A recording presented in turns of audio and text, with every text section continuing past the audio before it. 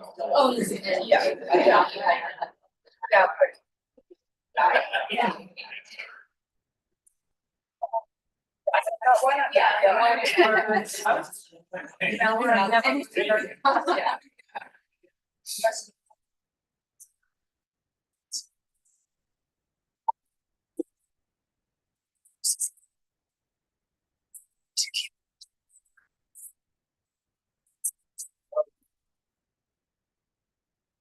Okay, can I show you the side?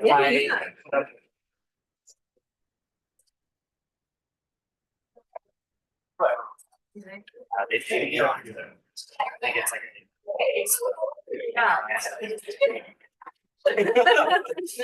like this one with my like yeah.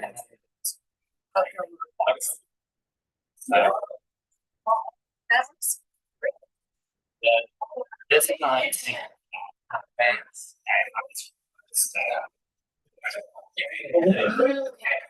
And should I?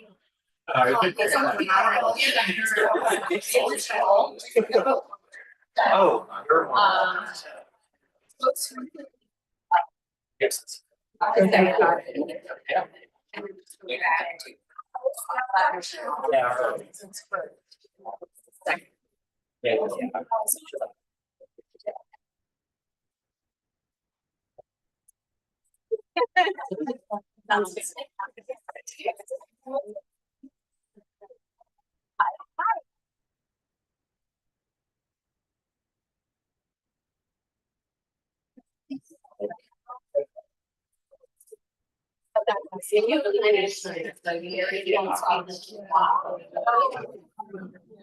What's my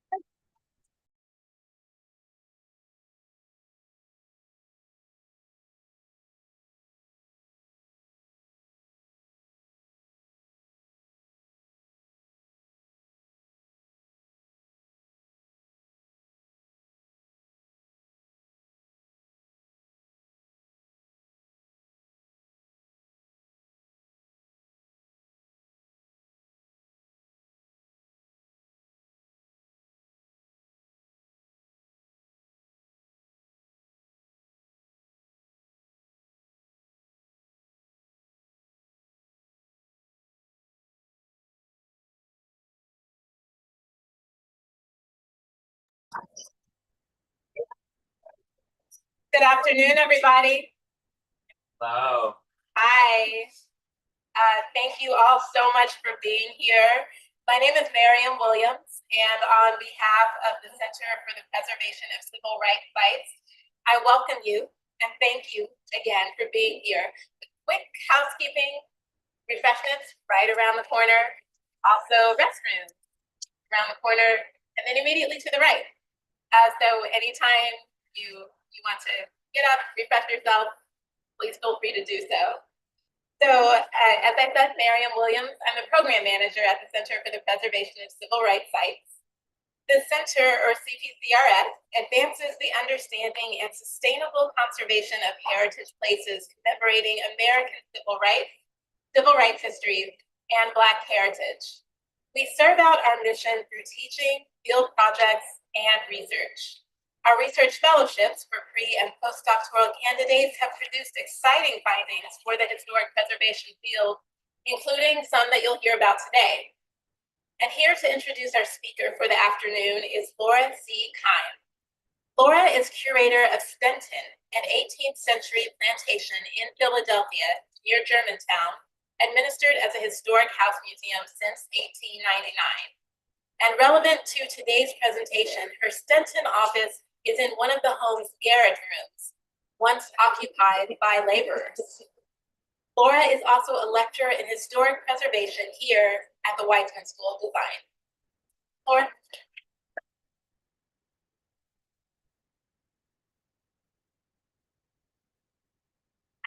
so excited to have been asked to do this. I had not encountered Brian's work, and I'm just so glad to be acquainted with him and this amazing topic. So Brian's going to share with us today his white paper entitled Slavery, Servitude, and Tenant Labor at America's Historic House Museums.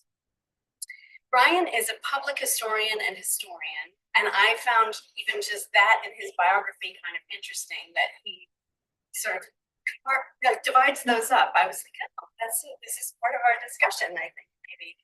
And I was also interested that he does overtly preservation work, including National Register nominations, but he doesn't call himself out as a conservationist either, so maybe more fodder for discussion. But he studies late 20th century US urban history. Currently, he is a historian with the National Park Service's Historic Architecture, Conservation, and Engineering Center in Lowell, Massachusetts, where he coordinates research and technical documentation projects for national parks in the northeastern United States.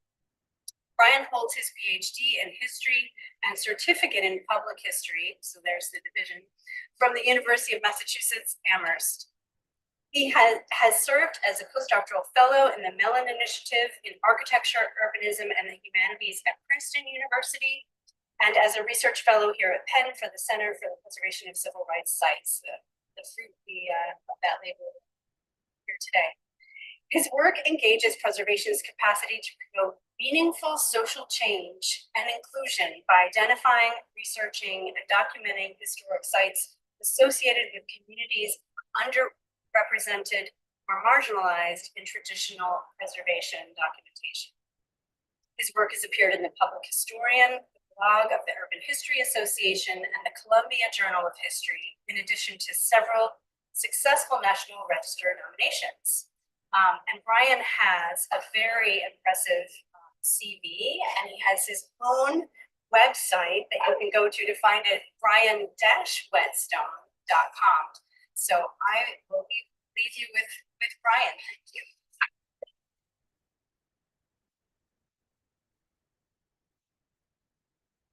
Brian without the dash was taken.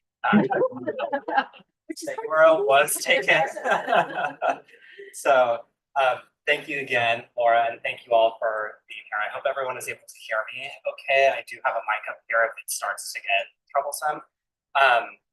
So I'm so fortunate that Laura is introducing me. I wasn't fully aware of this history at Stenton, but Laura shared with me some photographs that I think help kind of ease us into the topic today. And this is graffiti from one of Stenton's caretakers done in 1916. Down here is the 1916 label, which is in that garret chamber that we had already mentioned here at the beginning. And then there's, of course, a log house that was moved here to Stenton as well that served as a separate caretaker's quarters. And this starts to really get at the kind of spatial range that these situations can take on at numerous historic sites, which we'll dive into here in a moment. And I was simply going to add that we don't know who S.R. Johnson actually is. We haven't done the research that he's doing. So yes, yeah. And it's a story that will be shared by many historic sites.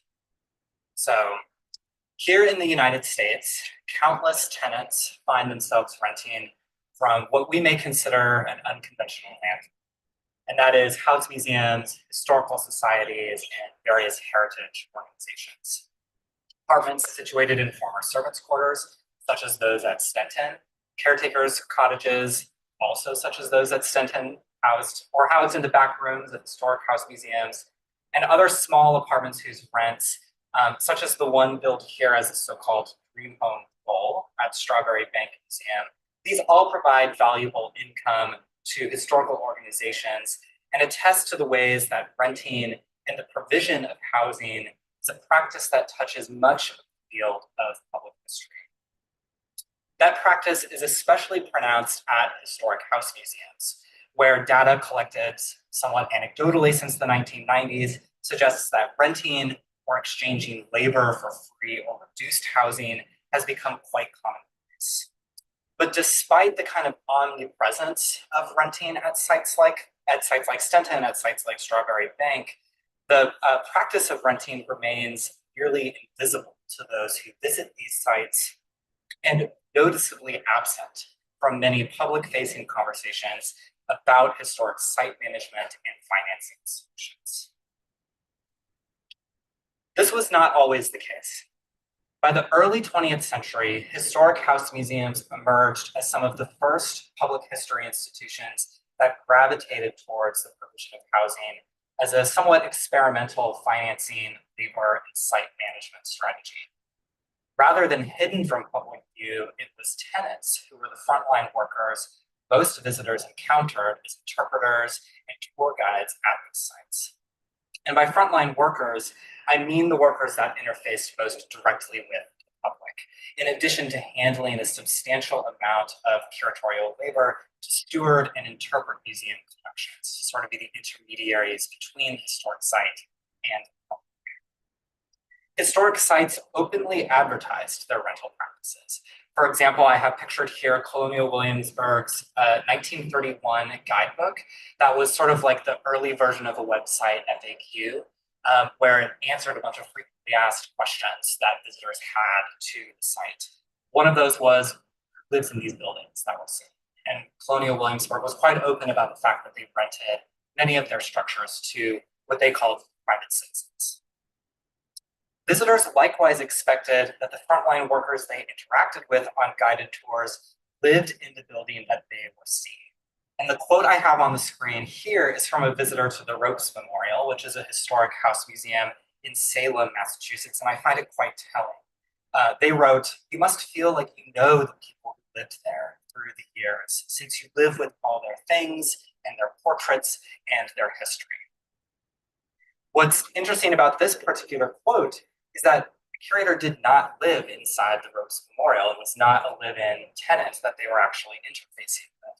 But it shows that visitors brought that assumption with them to many historic sites, that the person they were seeing, and that lent it some kind of feeling of authenticity to the site that it otherwise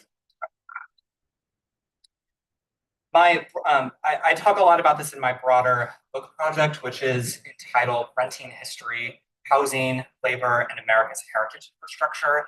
And it takes up this role of renting and the provision of housing in the administration of a wide variety of public history sites, including house museums, historical societies, the national park system, as well as historic preservation organizations. And I argue in that broader project, it's largely been tenants, either through their labor or their monthly rental payments, that have underwrote a lot of the work of public history over the 20th century.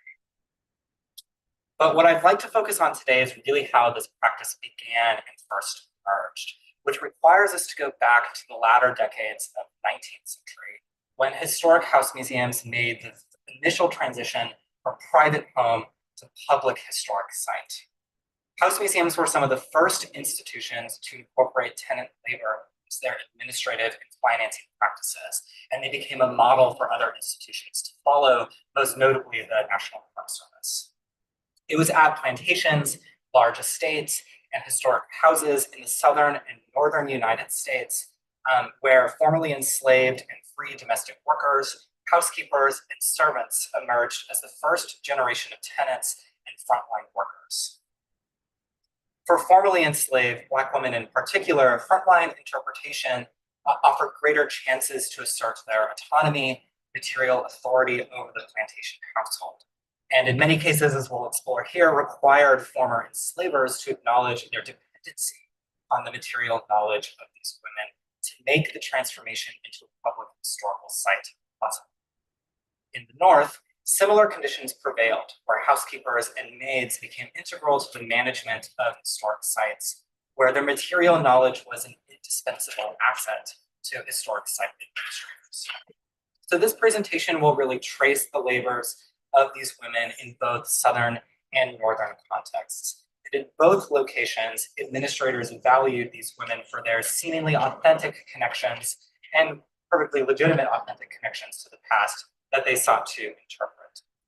These labors were certainly shaped by the unique regional and racial labor contexts in both places.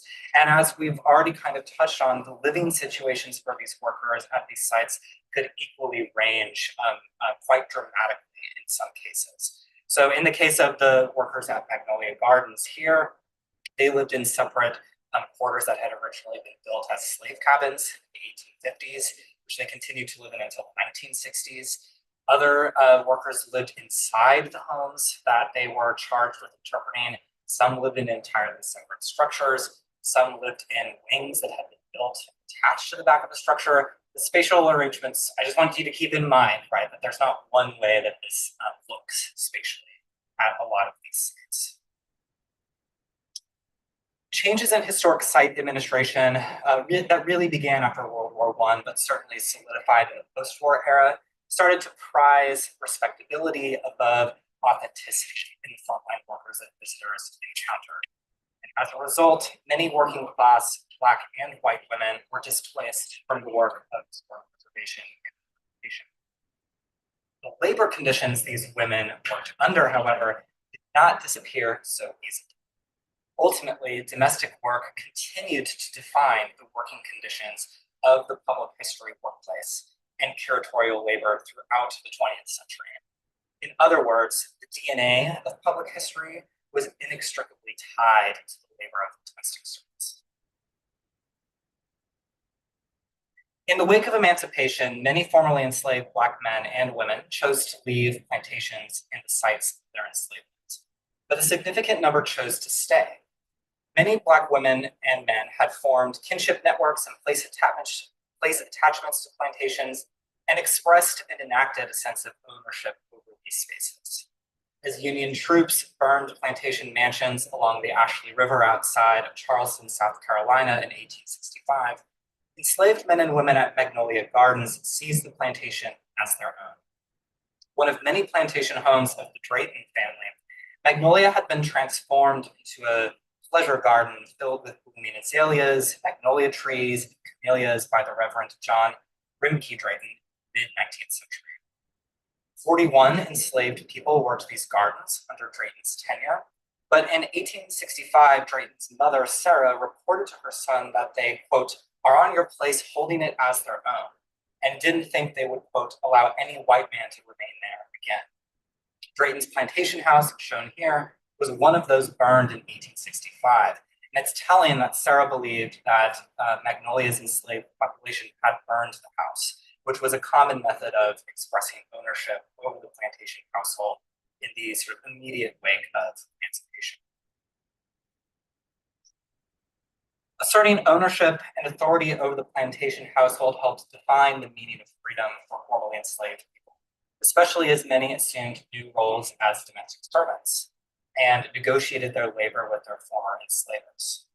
The rise of heritage tourism in the southern United States, that fueled by lost cause mythology and Confederate nostalgia, meant that many Black women working as domestic servants at these plantation sites suddenly found themselves in a new role as a frontline interpreter, as northern and southern tourists alike flocked to these former plantations. Upon rebuilding his house at Magnolia, John Grimke Drayton tapped into this kind of nostalgic impulse for the sort of Moonlight and Magnolia plantation scene when he opened his gardens to the public. So beginning in 1870, tourists could board a steamship from Charleston and travel up the Ashley River, where they would tour Drayton's historic gardens. And this is one of many historic plantations on the Ashley River, more or less positioning themselves as a heritage site connected to this mythical idea of the Old South, and certainly a very romanticized notion of the Southern landscape, especially as much of that landscape along the Ashley River in particular was being actively transformed as former plantation owners sold or leased their estates to phosphate mining companies. And the Draytons did that too, but they kept their gardens intact. After stepping off the steamship, white tourists would have encountered Black men and women as guides and gardeners tending the meandering paths and garden beds of Magnolia while guiding visitors through historic grounds. Now, whether the Black people white tourists encountered at sites like Magnolia had been enslaved or not, many white visitors assumed that they presented an authentic link to the antebellum past, and that they lent these sites a feeling of historic authenticity. At Magnolia, it did just so happen that many of the Black men and women had been formerly enslaved by the Drayton family, such as the woman shown here, referred to only as Aunt Phoebe by the Draytons. Certainly, white tourists framed these encounters through the racist and nostalgic lens of the Old South, where they imagined that enslaved men and women lived in benevolent harmony with their enslavers. And you can see here that some of that's being played upon with this Aunt Phoebe postcard that was disseminated quite popularly, where they're certainly kind of played into this nanny stereotype. But for to shift it to what a person like Phoebe would have maybe thought, working as a frontline guide afforded better opportunities often to negotiate their labor and achieve greater autonomy compared to some other opportunities available, like sharecropping, for example. Moreover, as guides, women like Aunt Phoebe could negotiate wages and compensation for their labor alongside their duties as domestic servants or gardeners. And the Drayton family did record the annual wages that the guides were given. In staying on as frontline workers following the Civil War, formerly enslaved men and women likewise underscored their intellectual and curatorial value to the heritage and tourist enterprise in the southern United States. Black guides like Phoebe at Magnolia Gardens, quote, know every flowery nook and blossom cranny, reflected one visitor in 1931. And without this material knowledge, white visitors and administrators literally would have been lost. When Northern children's book author Frances Duncan visited Magnolia Gardens in 1907, she found herself under the wing of one Black guide till she slipped away into a, quote, darkly inviting alley. Lost among the winding paths of azaleas and draperies of moss, Duncan was only able to rejoin the group after the Black guide returned Duncan to their, quote, safe convoy. Up and down the Ashley River at plantation sites like Magnolia, including Drayton Hall and Place, it was often Black frontline staff that guided and interrupted. Through their material knowledge of the plantation household in connection to the antebellum past, many formerly enslaved women directly contributed to the preservation of heritage and historic sites, including Sarah Johnson at Mount Vernon, the home of George Washington, and of course, memorialized forever as the sort of first historic house museum in the United States, although I understand that's like been under contention in recent years. Enslaved by descendants of George Washington, Johnson continued to labor at the site as a domestic servant and cook after its acquisition by the Mount Vernon Ladies Association, the MVLA, in 1853. When the MVLA's officers struggled to determine the authenticity of their planned restoration for the house, they turned to Johnson to help fill the gap. In 1896, for example, MVLA Superintendent Harrison Dodge enlisted Johnson to determine whether a supporting beam in Mount Vernon's hallway was exposed or covered by a decorative arch. You can see the decorative arch in the photo on the left. Quote, Sarah says she remembers it perfectly, that the support was a straight oak timber, Dodge reported, and her memories established the basis for the hallway's restoration. In this way, Johnson was an important agent in the restoration of Mount Vernon. She exercised and leveraged her material knowledge of the plantation household acquired while enslaved and as a domestic servant working. Like Sarah Johnson, Alice Sims and Jane Johnson at Melrose, the home of Davis family in Natchez, Mississippi, were similarly integral to the site's restoration. Sims and Johnson, who had been enslaved by the Davis family at Melrose, continued to live at the house and serve as caretakers following the Civil War. They lived in a servant's barn on site.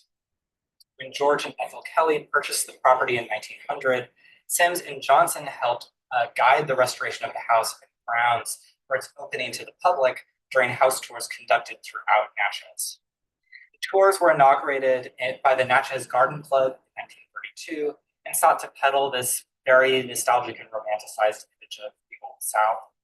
And Sims and Johnson were present for those tours as well and often served as guides. But they were especially integral to the preservation of these sites and frequently offered their own interpretation during tours as well. But when the Kellys bought the property, it was Sims and Johnson who walked the grounds of Melrose with them, which is what established the basis of the restoration of the landscape there by Kellys. In the north, white and black domestic servants were similarly integral to the preservation and interpretation of historic sites. Sites administered by the Society for the Preservation of New England Antiquities, which I will phrase as SPINEA, which is today Historic New England. But they were an early preservation organization founded by William Sumner Appleton Jr. in 1910. It was domestic servants who often took on new roles as frontline workers, or their labor continued to provide an important foundation to the preservation of historic sites. When Appleton acquired the 1664 Jackson House in Portsmouth, New Hampshire, shown here in 1924, he also secured Isabel Tilley as the house's lifelong tenant. Born enslaved in Virginia, Tilley made her way north to Portsmouth by ship after attaining her freedom at the age of 12 in the 1850s. Upon arriving in Portsmouth, Tilley worked as a domestic servant washing laundry for the Jackson family, who continued to live at their ancestral homestead while turning the house over to Appleton in 1924.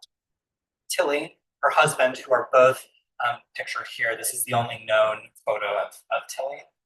Tilley and her husband, Jacob, as well as her children, lived in a nearby dwelling on the property described as a small cottage, but what might have been more accurately framed as a sort of rundown shack. We'll get to it. As with northern white tourists at sites like Magnolia Gardens and Mount Vernon, Appleton looked to Tilley as evidence of the Jackson House's authenticity, historic charm, though he refused to let her interface directly with most visitors. As seen here by this quote, Appleton felt that Tilley's presence and labors at the Jackson House provided what he described as the necessary old-fashioned New England flavor of the site, or what other visitors described as picturesque on seeing the house and grounds for the first time. And this quote is describing Tilley's vegetable garden, which can be seen here kind of in the foreground at the left, as well as I think a chicken yard or like a sort of dooryard for the house next door, which is where the Jackson family had sort of moved to. And you can see here that the house itself wasn't empty. A lot of those are. Behind the scenes, Tilley's monthly rental payments of $8 to Appleton ensured the Jackson House's survival. While Tilley described herself as, quote, rather lame by the mid-1930s, and she was nearly 100 years old at this point, she continued to wash neighborhood clothing with some support from her adopted son, who was named Houston Allen. Her rent, Appleton remarked, quote, is by far the biggest item in the account, supporting the house's administration. And it certainly was, because Appleton undertook few repairs to Tilley's shack, and she frequently brought the condition of her housing to his attention, with loose windows and leaking roof, but which he refused to repair. When Tilley died in 1937, Appleton sought to move to secure a, quote, white and American tenant for the small cottage, who would then take on the task of interfacing directly with visitors. But the conditions of the shack were so bad that Appleton struggled to find anyone to live there. And ultimately, it was Houston Allen, Tilley's adopted son, who continued to live there in the cottage on the Jackson House's property until 1965. And like his mother, his rent continued to finance the administration of the site until that point. And I throw this photo up of the sort of main hall in the Jackson House, where Appleton performed some early restoration work. He pulled down a plaster ceiling, and it's a bit hard to see here, but there's a sort of cutout in the wall next to the doorway here, which he was doing to expose the interior framing of the house. All of that was paid for by Tilley, essentially. Her rent was what made that kind of restoration. This desire on Appleton's part to extricate Tilley and the presence of Black labor from the Jackson House's administration reflected how, by the interwar era, site administrators wanted tenants and frontline staff that could communicate their idea of respectability, rather than an authentic connection to the past as a former current occupant. The experiences of Mary Watson reflect these kind of shifting values on the part of site administrators to displace Black and working class women from the public history workplace. Watson was born in Pennsylvania in 1895.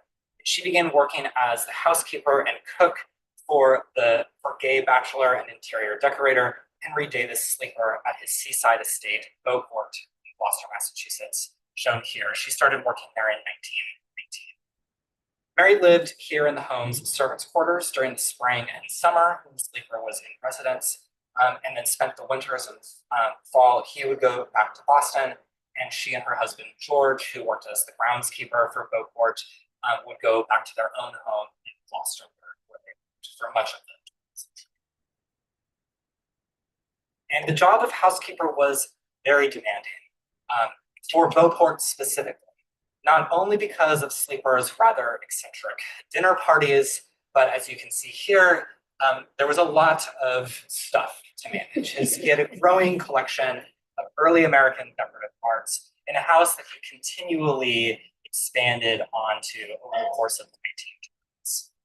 So while Sleeper owned Beauport, he tasked Watson with giving tours to interested members of the public. He encouraged members of the public to buy. It was kind of a business thing for him to do.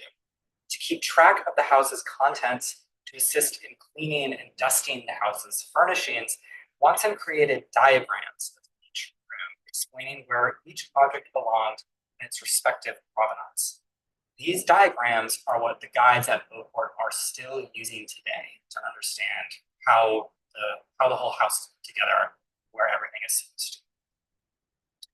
Watson stayed on as head housekeeper when the McCann family purchased Beauport in 1934 after Sleeper's death, and then continued on again through another ownership change as the first guide and custodian when Spinia acquired the house in 1942.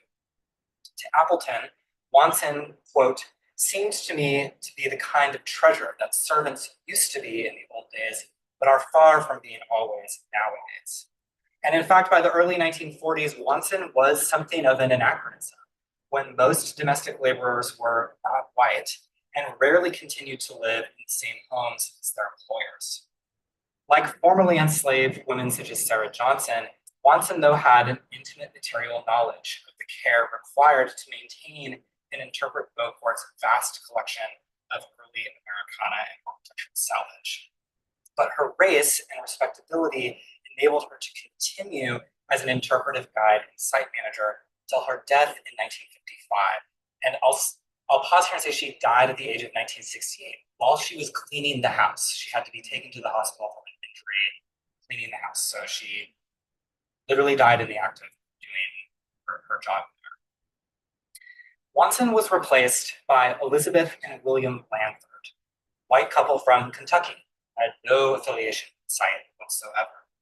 At that time, Elizabeth assumed the more respectable title of hostess, while Mary's title had been custodian.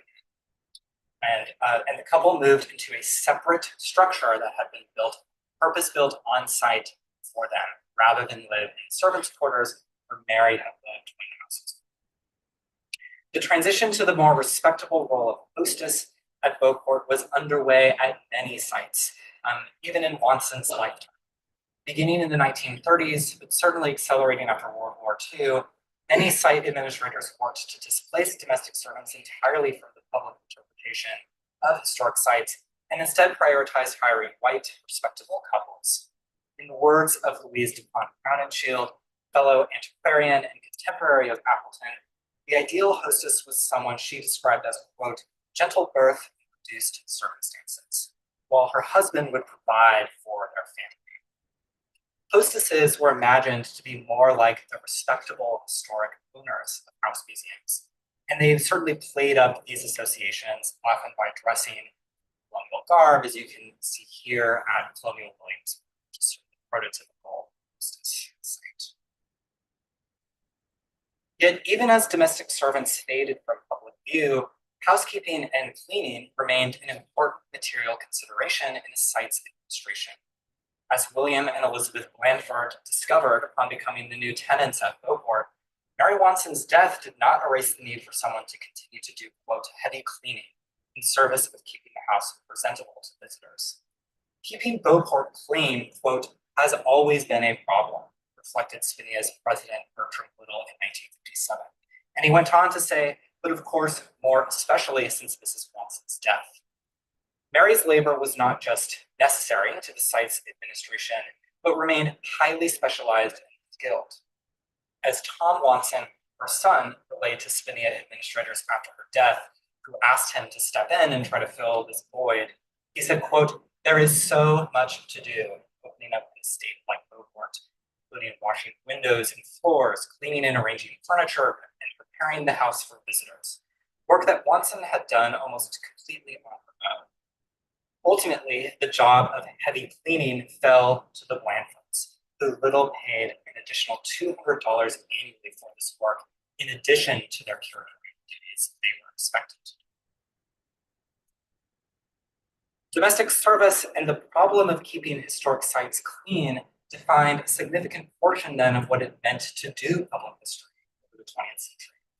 We can consider here the mid-century job requirements of the New Jersey Division of Historic Sites for tenants at buildings scattered across the Garden State. Administrators required female tenants to undertake, quote, housekeeping of the property, perform assigned clerical work, and act as curator in the handling of museum collection. Housekeeping at these sites entailed more than just light cleaning. These women were expected to, quote, perform housekeeping chores necessary to maintain the house, including dusting, mopping, and cleaning, such as scrubbing and washing windows, as well as some work on the grounds, in addition to arranging exhibit items for display and seeing to their preservation and protection. And I'll note here that at this point at mid-century, this was a very intentionally gendered division of labor. I have the employment form here for the women who worked for these sites, and the form assumed that the caretakers would be married women. And there is a spot that I've highlighted here that indicated where they're supposed to put their husband's name. But of course, the caretaker, it's not a spouse's name, right? It's their husband's name. But from that list of work that needed to be done at these sites, it really started to blur the lines between domestic service and curatorial work that was starting to emerge in this public history. I should stop and clarify here that while domestic service, as I've been arguing, certainly became a part of the DNA curatorial interpretive labor, it was not simply a one-to-one transfer from domestic service to public historical site.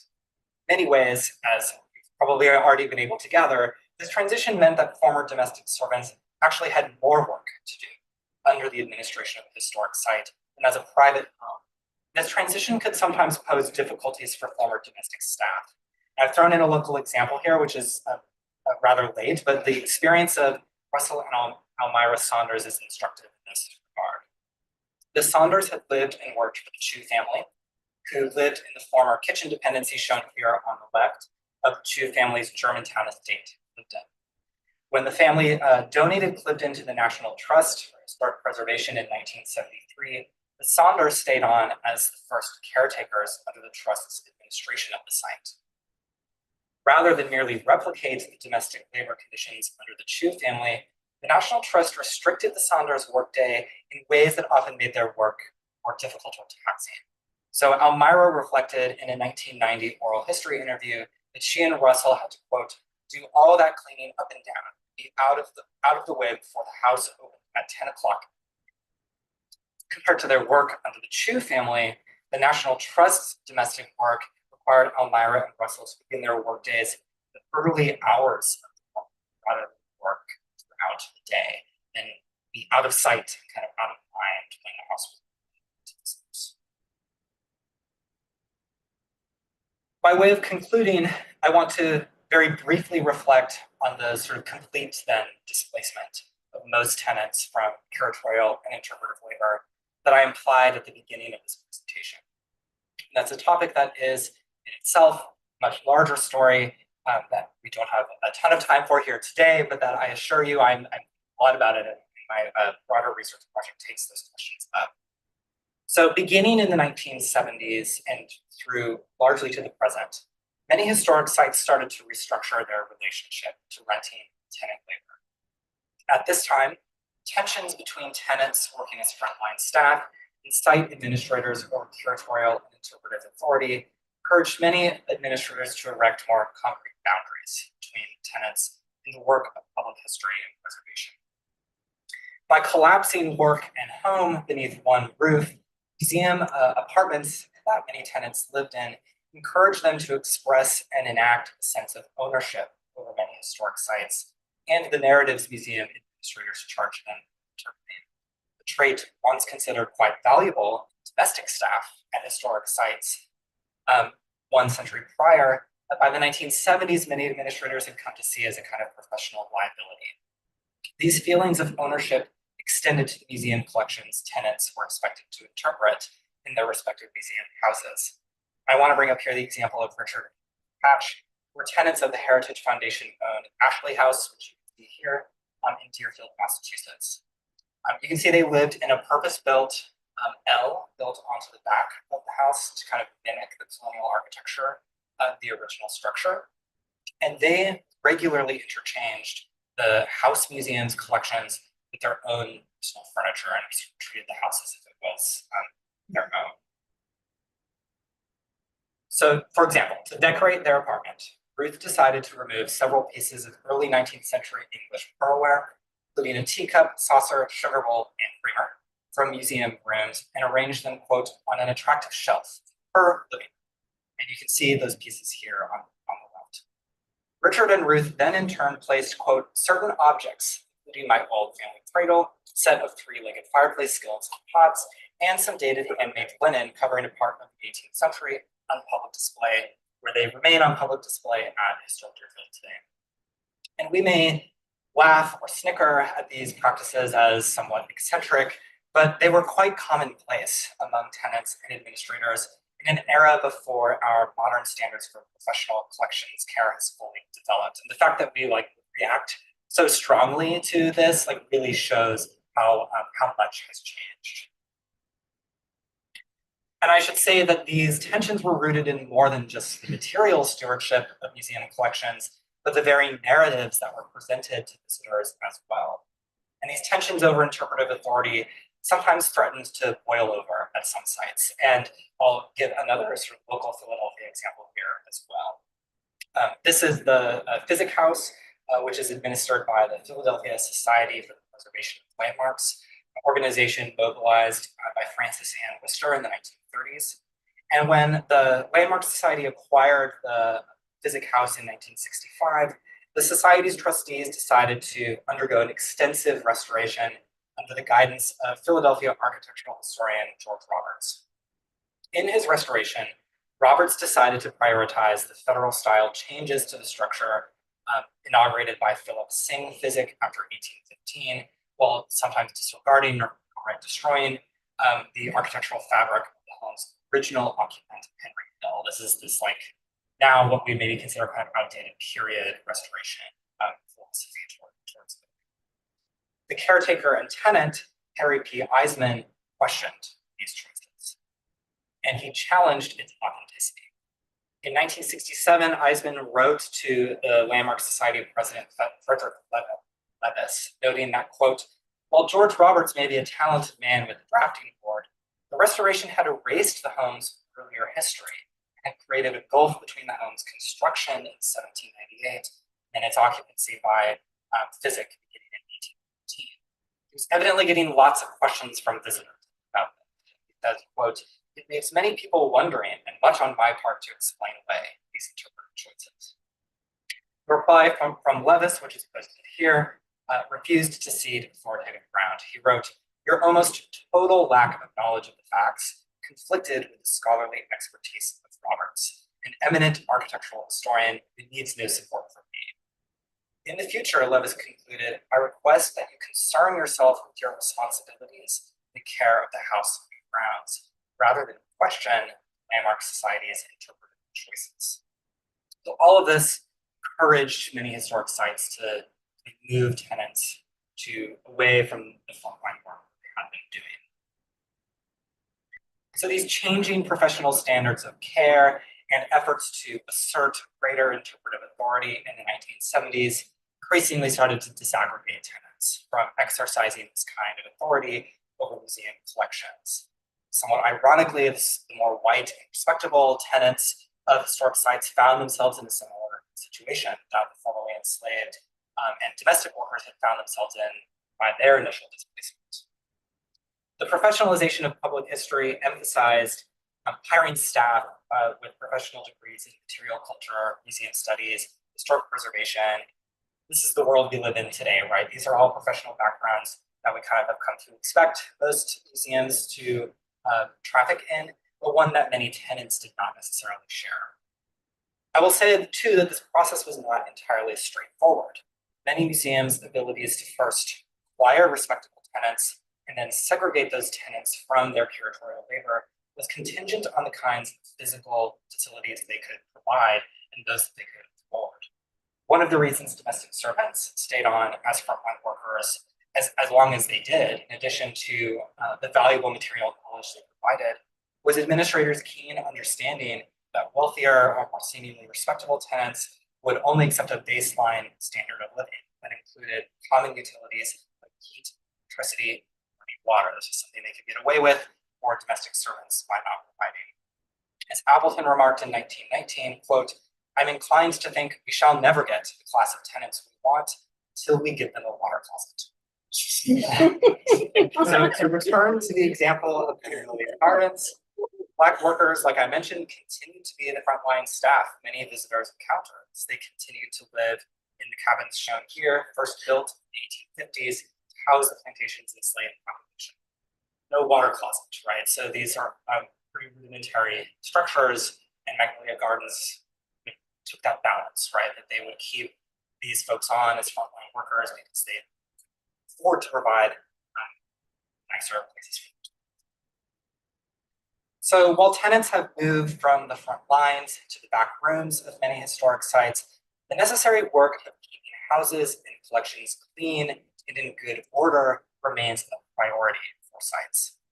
Yet this labor is often not valued or compensated accordingly. As public historians continue to inaugurate conversations and collective action about their labor conditions, it's worth remembering that the very workplaces for public historians are rooted in the systems of domestic labor that emerged after the Civil War. That work had value to both workers and administrators, and was a significant component of what it meant to do public history for much of the 20th century. Acknowledging that public history is rooted in the history of domestic service, in turn situates Black working class women in the central evolution of public history and historical preservation. Thank you.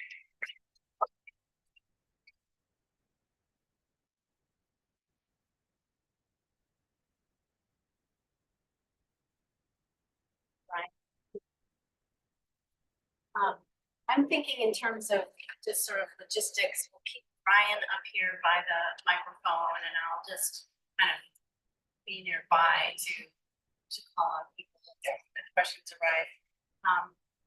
And I just had so much kind of emerge from this because I have worked in historic sites myself now for 25 years.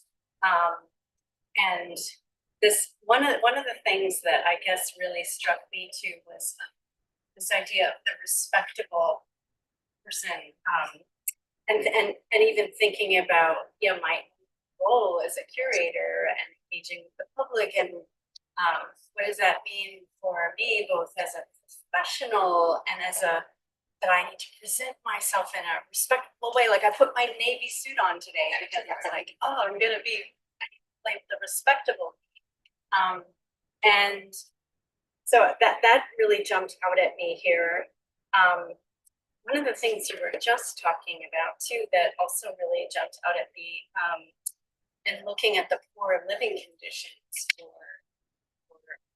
workers. And one of the things I sometimes think about at Stenton with laborers who lived in our garret spaces, and I sort of feel like I live there too, picking up on all of this, but that there's no leisure in that life in a way that maybe a museum worker, there's some sense that they're going to have time off, and in the way that slave worker in the 18th century, I think they have place to sleep, and that's all because there is another life.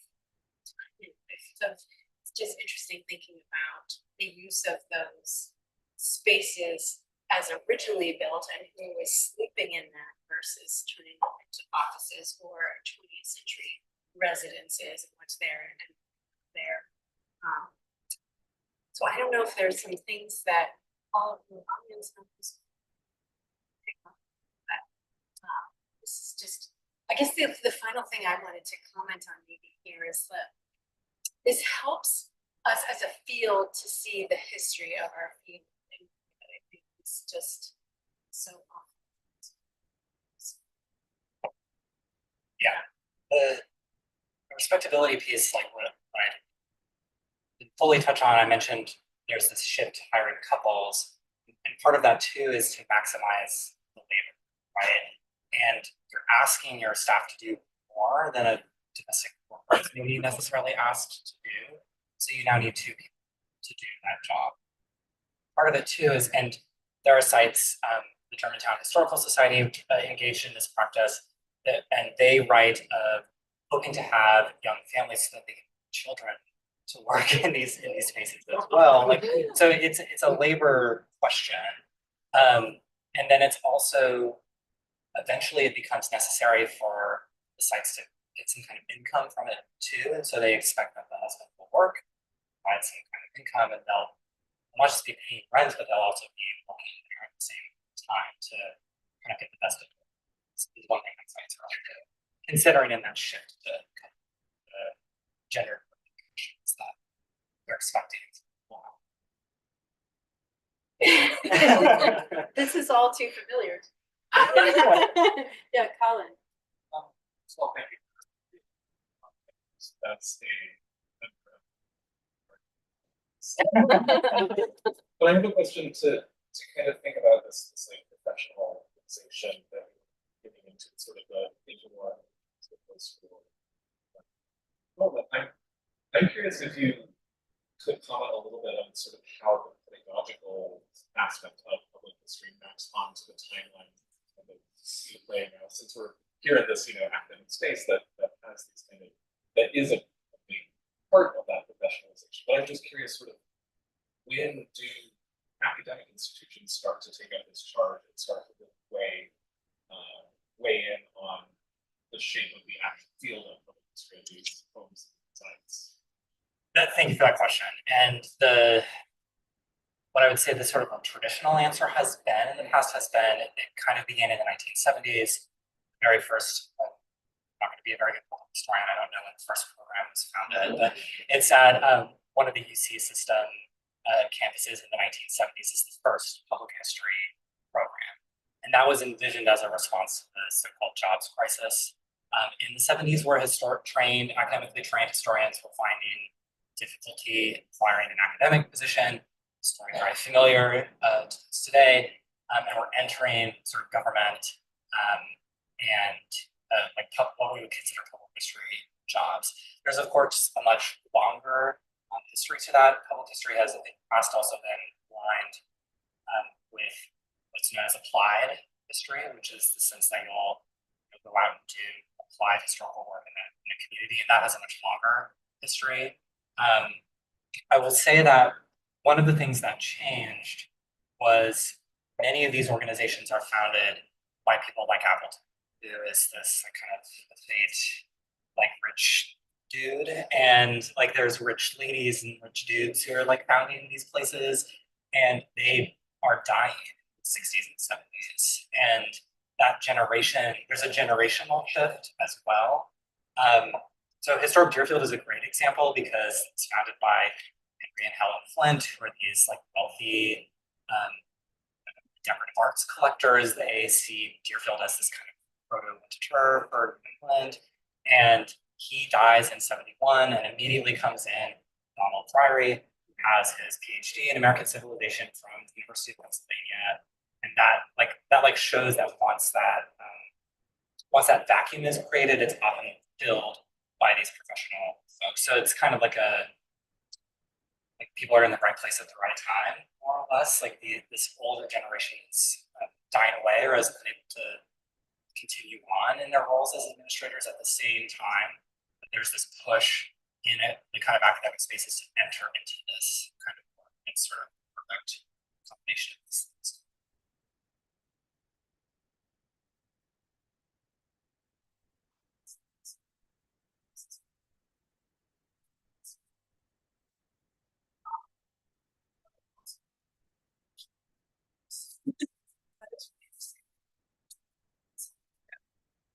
Especially history.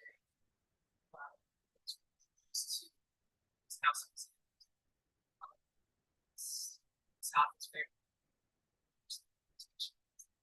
I was also wondering what kind of differences are you seeing? Because I think during the time period that you're talking about, in the north, going to the north, going to cities, being unwilling to enter rural, and like employment situations. South, folks didn't have so water closets in the 60s, so I was kind of wondering, what are the kind of differences that you're seeing? Yeah, I appreciate you bringing that up. And Tilly is Isabel Tilly is sort of the perfect. She does make that trip from south to north to try to find better opportunities for herself, and then gets entangled in this historic site. The south, the primary difference I've seen is that it's starting to happen a lot earlier, this particular trend. And I don't have enough confidence, I think, to say it's first in the south, but it certainly seems to be happening earlier, right after the. So that to me seems to be the primary difference.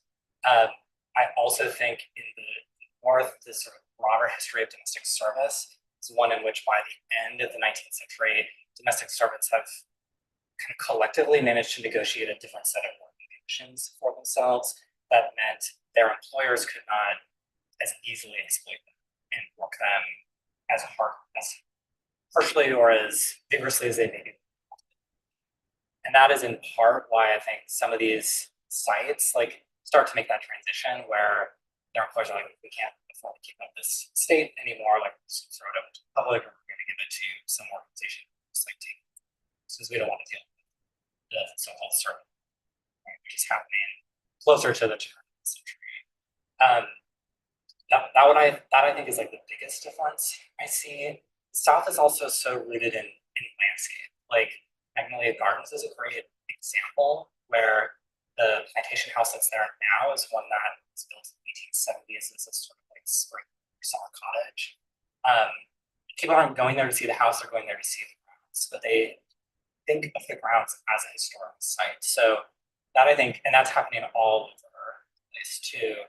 And with the example of Melrose, where it was the grounds restoration that was undertaken and not necessarily the interior restoration of the house.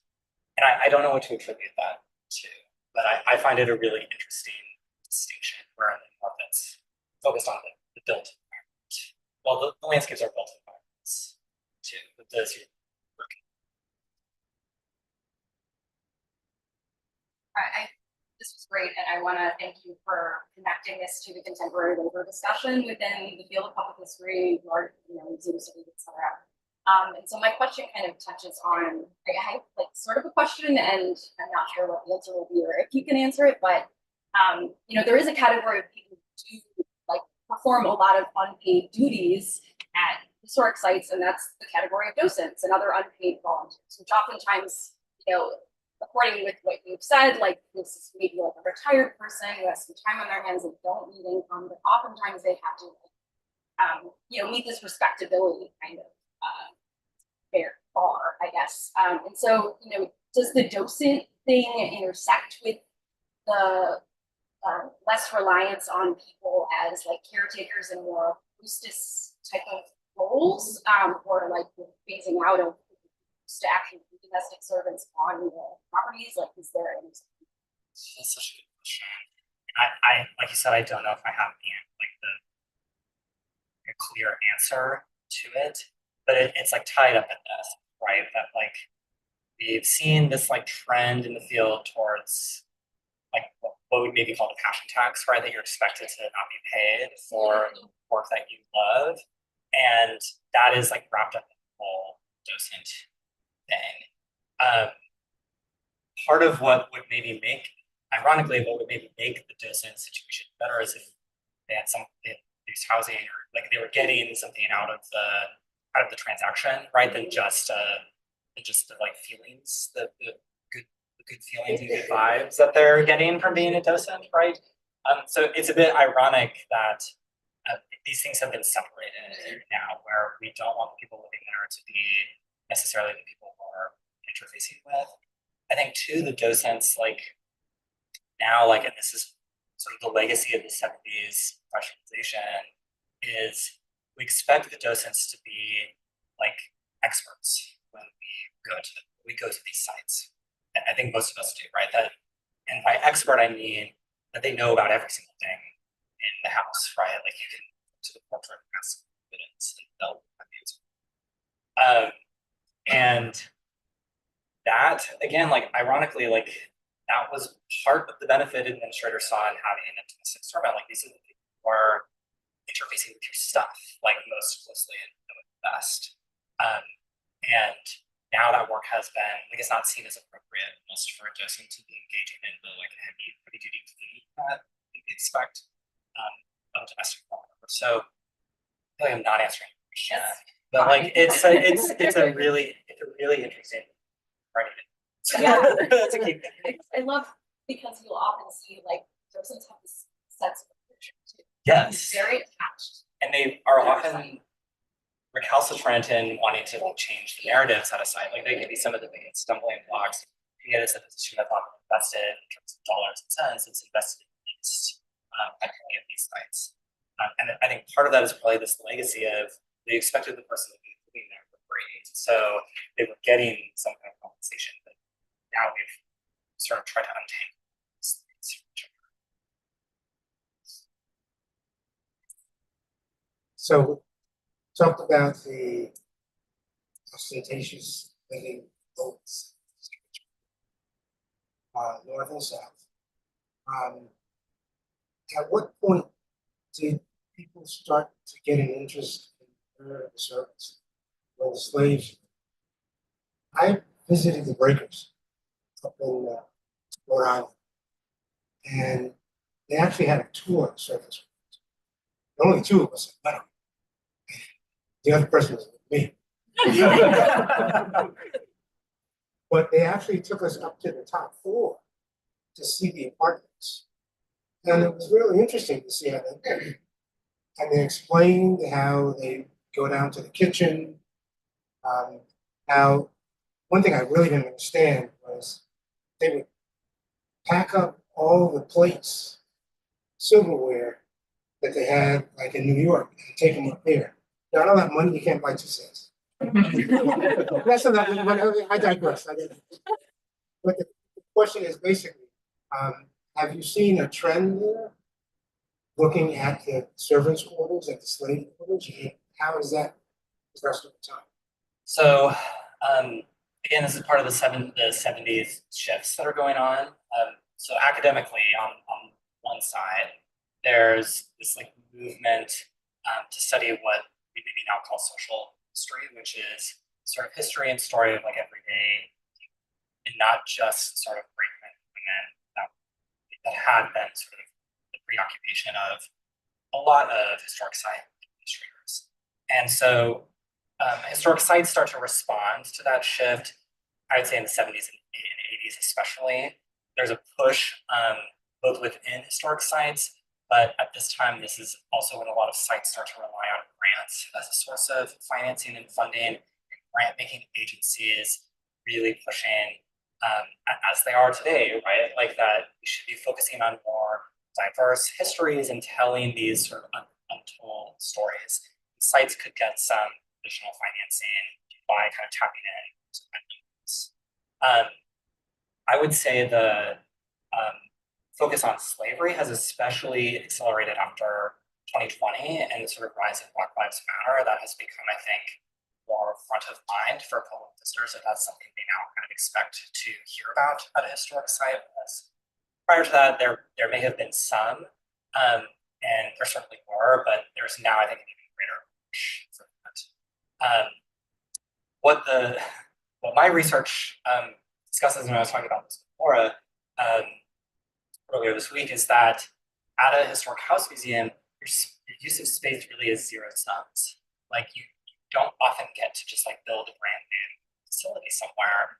And if an administrator made the decision in 1910 to put the caretaker's quarters and servants' quarters, now sites have to think about, am I going to use that space for interpretation?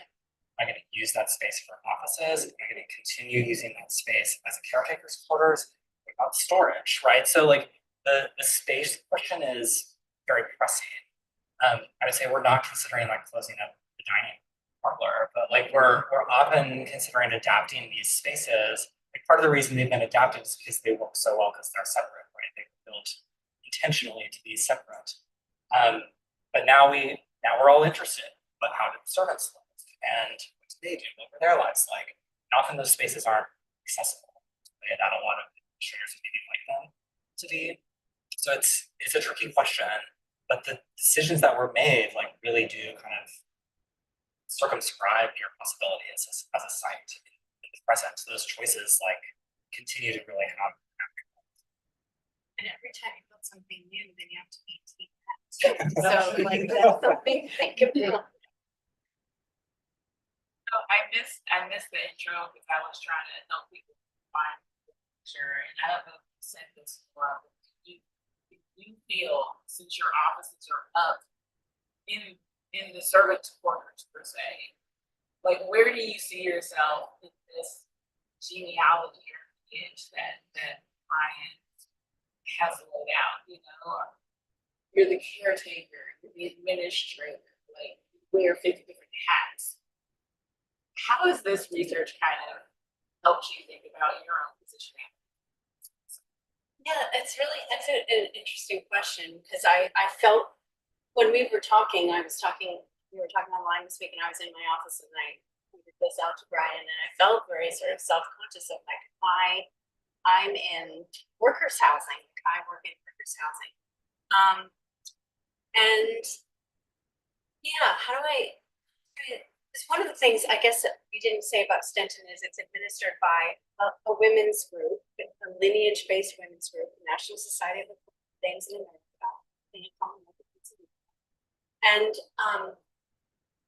I think I've always had a sense on some level that I'm both respected as a professional, but that I have a place, you know, and that's part of why I've probably been able to negotiate working there as long as I have, is that I work for and with, but I still work for this group of women and they pay my salary that helps me pay my electric bill. Like there is, you know, that sense of I'm a worker here.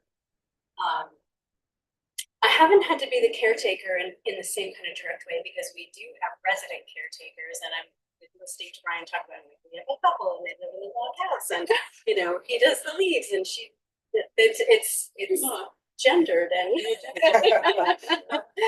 and so that still works that way. We also have someone who was trained at the PMA actually to do housekeeping around artworks who does our cleaning. So I have worked at places where I had to bring my own vacuum and I had to dust or it didn't happen, but that hasn't been my my experience at Stenton, which is probably not the reason why I've been so long.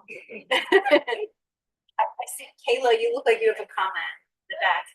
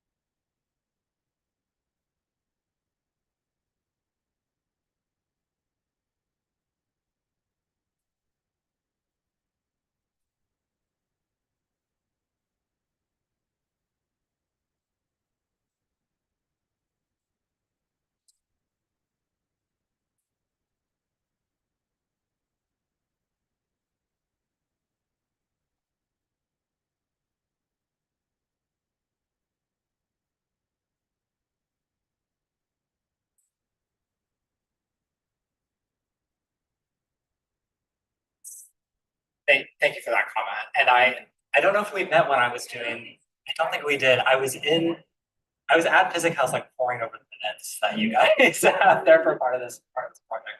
But it's totally a financial resource question, no doubt. Like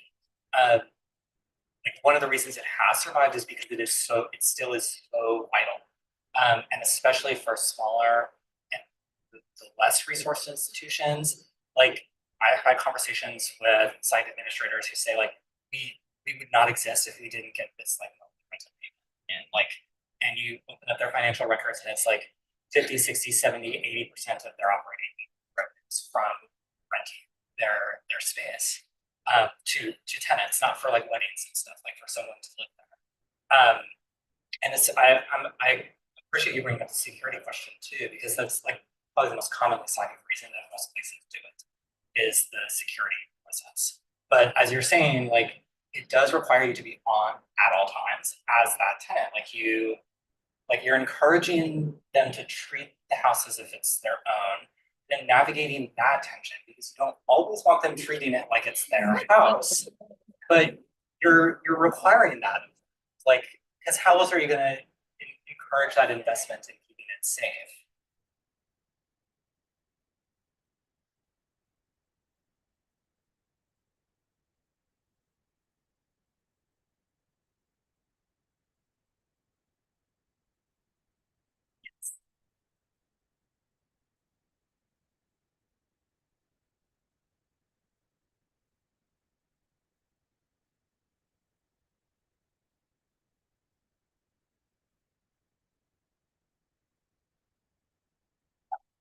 And a lot of tenants, often from their perspective, this gets back to like the passion tax thing. Like they often say like, well, it's okay that I'm sacrificing my privacy because look at this like special place I get to live. Like, and that can be, I think, really a really positive experience for some tenants. And then some sites like kind of exploit that, where they're like, well, we won't fix the like clogged drain and like do this other stuff because like we trust that like you like it enough here that you're not gonna like give us a stink if like you want us to act like a landlord, but like sometimes you have to do that. And it's tricky. Yes. New York City.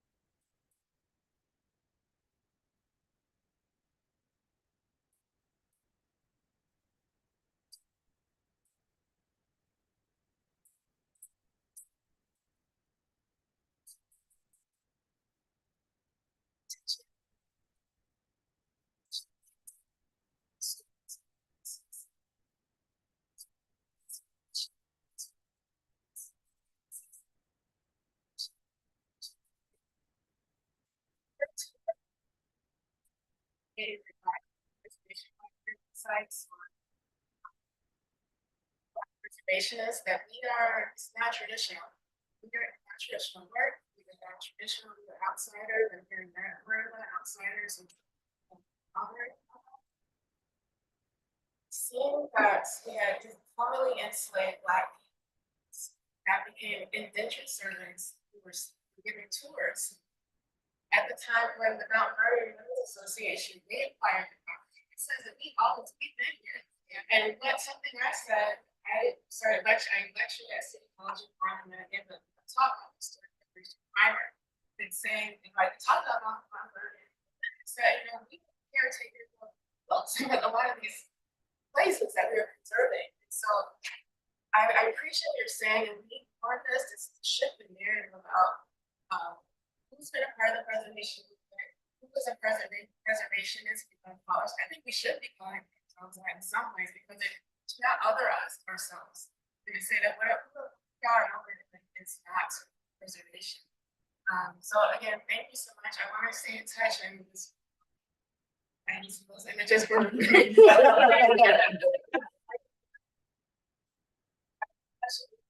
Way to acknowledge how you talk about this issues of slavery. It's not, I approach there actually all of how we talk about this word. So I was curious about the word choices and slavery that you're consulting with Black people.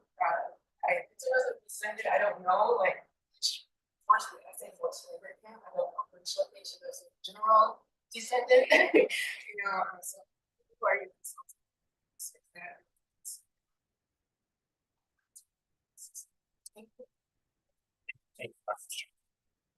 In terms of the methodology, this portion of the project really kind of got off the ground this summer. So like that question that you're asking is one I'm asking myself too, which is like, where are the descendant communities and how do they fit into this story? I will say that on the institutional side, the institutions have started that conversation, which to me feels almost more important, like that I would like be a part of that ongoing conversation instead of trying to reinvent the wheel and initiate my own as an outsider. And so Historic New England, for example, is in touch with the Tilley family descendants, and that's how they actually know like her story. Like her descendants have written out on like yellow like legal paper like what amounts to like an early oral history that passed down through that family. And that was something that Historic New England was able to kind of, that's an ongoing conversation that they're having. Magnolia is also in touch with descendant communities, and descendants still work there. There are still gardeners who kind of trace their family lineage all the way back to 1870 when it first opened as a historic site. Some of them can trace their ancestry to being enslaved there, and others from just like having worked there for a long time. So my answer is maybe not very satisfying in that it's like I'm still at a very early stage. It's something that I'm mindful of and trying to think towards. I don't know where the mic, because I know we're recording, so I know where I'm supposed to. But I'll just hop up and say right quick that, Brian I'm Amber Wiley. I'm the former director of the Center for the Preservation of Civil Rights Sites. And so we're working with Brian over the summer as he's developing this research project. And certainly was giving him feedback. So he was hearing from me, he was hearing from our program manager, Miriam Williams here, also our manager of research initiatives, Leah Shafito, as he was developing the topic and the research, and we were asking questions of him. It's that terminology is like so fascinating. And I literally just last week finished revisions for my own publication, where I go back to antebellum times when I never thought I would be like a 19th century historian. So like, but literally I just learned, I was convinced by something that someone wrote last week to change all of the words in my manuscript from freedom seeker to self-emancipator. Yeah, self-liberator. Yeah, you know what I mean? Yes, that's right.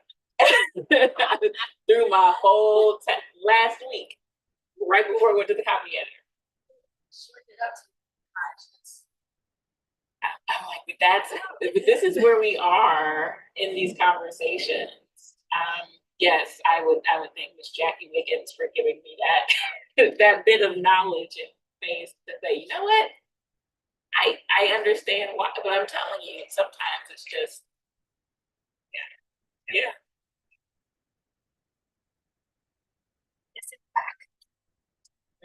For your talk and help me put.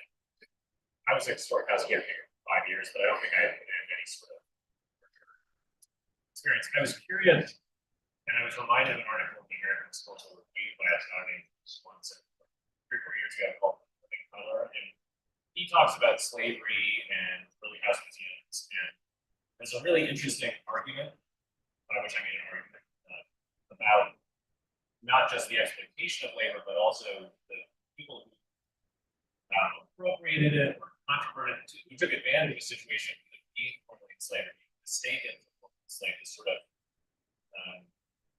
insert themselves in the narrative, meet tourism historic sites, and that was a form of redemption for those people in kind of the late 19th century. So I was just curious how that might connect to the 20th century, if there are elements not just of kind of labor system. If you can flip the narrative all to say that running these caretakers flipping the narrative. Sorry, that was a convoluted question, but I'm curious if you got any. Can you see the name, the author? Sure, yeah, I think it's Bruce Swanson. It's an American historical called Color. And he just has some really interesting things to say about if you happen to be working somewhere and someone mistakes you as someone who was forced to work there in 1860, but surprised you just showed up in 1870, maybe that was actually a huge opportunity to exploit as a person of color from people he's studying. So maybe I just give you that to see your reaction. Yeah, so great book that everyone should read. I'm gonna forget the author's name, which is not on my part, but it's called Sarah Johnson's Mount Vernon, and it traces this phenomenon by just focusing on Johnson and her family at Mount Vernon, which is in part how I even learned that this was a thing that's happening. But at Mount Vernon, they consistently have a Black man guarding Washington's tomb. And they did that explicitly because they wanted to play on this idea that he had been, this is like 1880, like that, like they're playing on this idea that the person you're seeing was enslaved by George Washington, who died in 1799. Like, there's no way this person you're looking at could have been enslaved by the first George Washington, right? But like the visitors are like, oh, but of course, like this is obviously like this like authentic connection, and they I think do that through the 1960s. They specifically seek out a Black man to sit at Washington's tomb. They specifically pick someone who looks elderly so that they kind of give this like impression of having lived there forever and have this long connection with the Washington family. And when that started in 1853, it may very well have been true, but by the 1960s, like there is almost no way, right, that person was alive to ever interact with Washington. So that is definitely happening.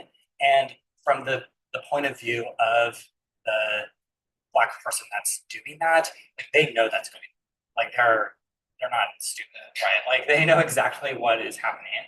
They're playing that up. Like the guy at Washington's tomb will be like, well, of course I knew George Washington, and we'll like go on and like they'll be like, and I remember when I walked in the parlor one day and he was doing this, right? Like the like kind of fabricate stories because they know that's what the visitor wants to hear, and they know that they can kind of manage that interaction with the visitors that they're having. At Magnolia, what some of my research has shown is that there's this really interesting example of a formerly enslaved woman who we don't know her name, but it's from the perspective of a white visitor who comes in 1870, and he's trying to get the Black woman to say her opinion on emancipation. And she keeps shooting back to him, are you from the North, are you from the South? And she refuses to answer his question until they establish where they're from, so that she knows whether to be like pro emancipation or pro like pre-civil war, right? To play on their expectations. So the frontline workers are like always managing and mediating these interactions. And what's kind of ironic is they're seen as these sources of authenticity, but sometimes they're just like completely lying. Like they're totally making shit up because it's like, how are you gonna survive that interaction, right? Like you got to get through it somehow, and like people will pay them, like they'll offer them money. That Magnolia Garden example is they were offering her a nickel to like share her opinions, and so she was trying to negotiate that, right? So it's I'm rambling, but it's a very interesting part of the story.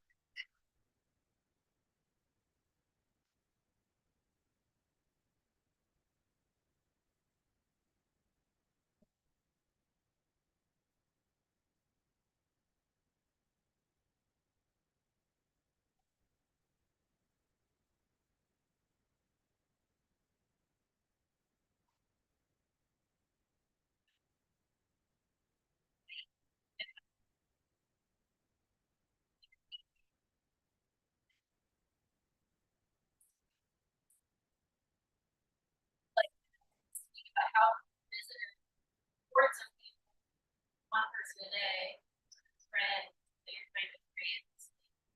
Are they doing it on their leisure time and really counter the space? Do they think that they care if the floor of the house is on? Or is it just like they can access their park? Like where are they coming? So how you're Yeah. doing it.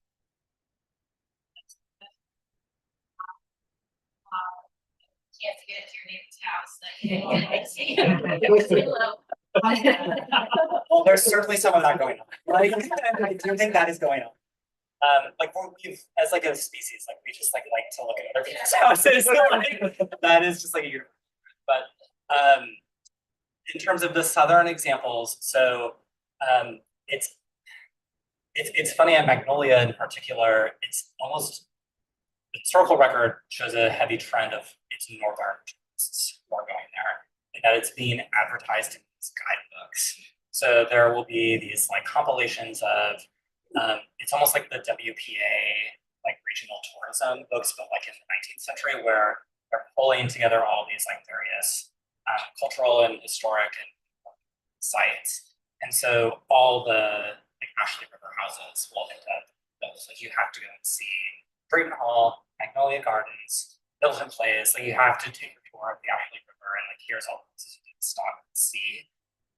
They are doing some private homes, like the ancestral seat of such and such. Like you can see where they. And others, it's like, and the grounds are open from this date to this date, from this time to this time. Take the steamship from here to here and get off and pay the fare.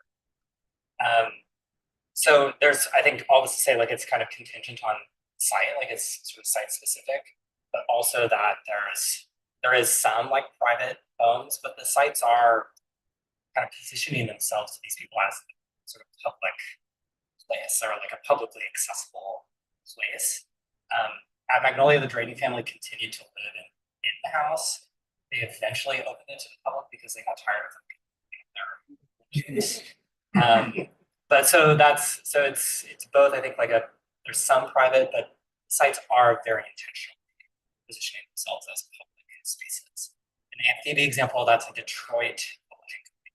So northern tourist dissemination kind of thing to show. And they have at Magnolia, they have records of people like getting those postcards and where they've been sent to.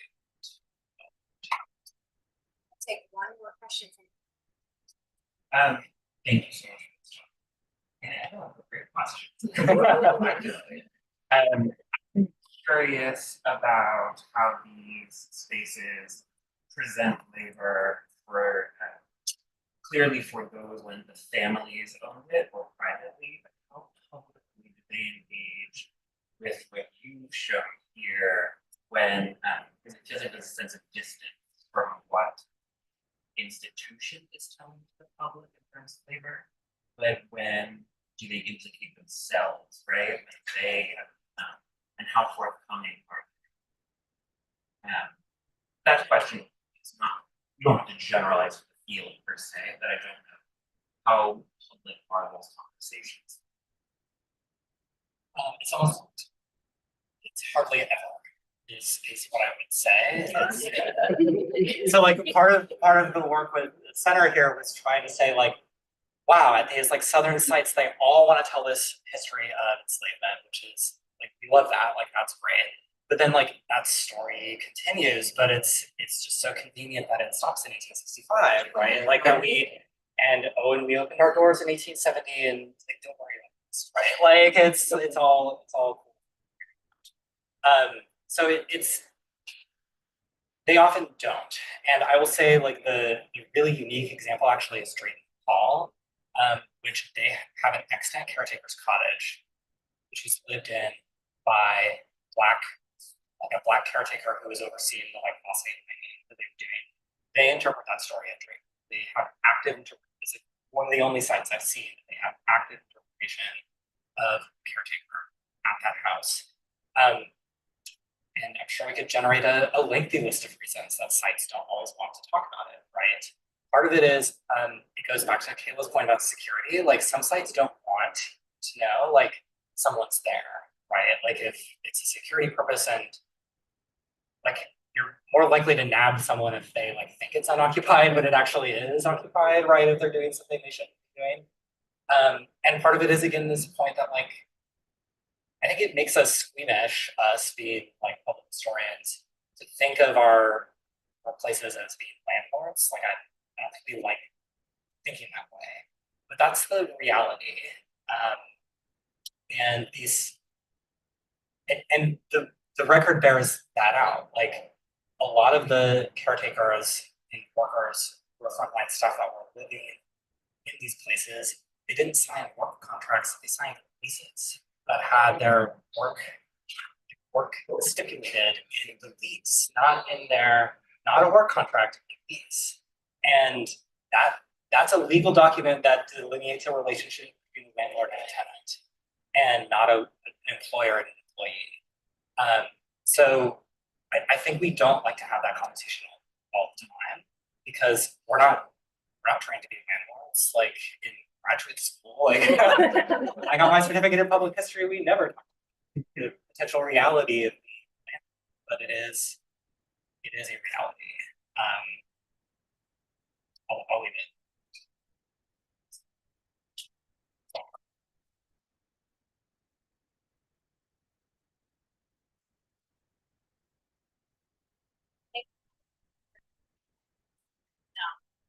Still here, right? So there's food around the corner, bathrooms further down the hall, and I hope you'll all stay and just chit chat a little bit more. And there is a happy hour too. There usually is. Yeah. Not related to this, Not related to but this. I'm one. Like a